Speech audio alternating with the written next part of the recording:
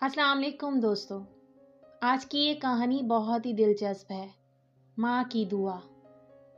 کسی شہر میں ایک غریب بیوہ عورت رہتی تھی۔ اس کے 2 بیٹے تھے۔ وہ غریب عورت محنت مزدوری کر کے دونوں بیٹوں کی پرورش کرتی تھی۔ ایک دن دونوں بھائی محلے میں کھیل رہے تھے کہ ایک نیک دل انسان ادھر سے گزرا۔ اس نے دونوں بچوں کو کچھ روپے دیے۔ دونوں بھائی پیسے لے کر بہت خوش ہوئے اور کھانے کی چیزیں خریدنے بازار چل دیے۔ بڑے بھائی نے چھوٹے بھائی سے کہا، تم ان روپوں کا کیا لوگے؟ چھوٹے بھائی نے کہا، میں تھوڑے سے پھل خریدوں گا۔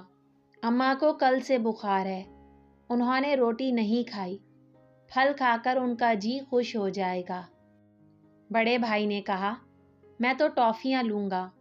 باتیں کرتے کرتے دونوں بازار پہنچ گئے۔ بڑے بھائی نے اپنے پیسوں کی ٹافیاں خریدیں اور ان کو جیب میں ڈال کر مزے سے کھانے لگا، اور چھوٹے بھائی نے اپنے پیسوں سے پھل خریدے۔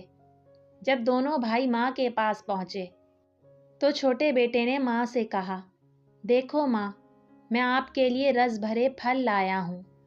ایک نیک دل انسان نے ہمیں کچھ روپے دیے تھے۔ بچوں کی ماں ایک خوددار انسان تھی۔ پھل کھانے سے پہلے اس نے بچوں کو نصیحت کی کہ کسی سے پیسے لینا اچھی بات نہیں۔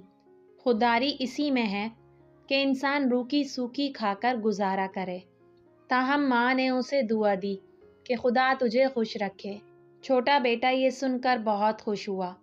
کسی اور بات سے اسے اتنی خوشی نہ ہوتی جتنی ماں کی دعا سے ہوئی۔